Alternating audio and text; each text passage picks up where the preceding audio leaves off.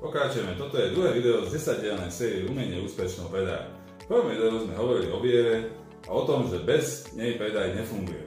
Dnes ďalšia častá chyba, hovoriť priveľa a príliš skoro. Obchodník spustí, máme skvelý produkt, perfektné ceny, výhodné ponuky a zákazník ani ešte nevie, prečo by ťa mal vlastne počúvať a ty nevieš, kto vlastne pre tebou sedí.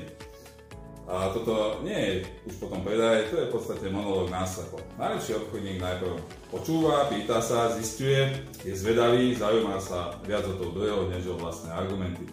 A až keď pochopí, čo ten človek potrebuje, čo rieši, aký má problém, čo ho trápi, vtedy začne rozprávať. Predaj je v podstate dialog. A ak nepočúvaš, nevieš, čo máš povedať. Spomeň si, najlepší obchodník nie je ten, kto najviac rozpráva, hovorí, ale ten, ktorému ľudia radi odpovedajú. Počúvaj viac, hovor presne a predaj potom príde prirodzene. Sleduj ma. Ďalší diel už príde čoskoro. Čaká nás ďalšia chyba a ďalší krok k úspechu.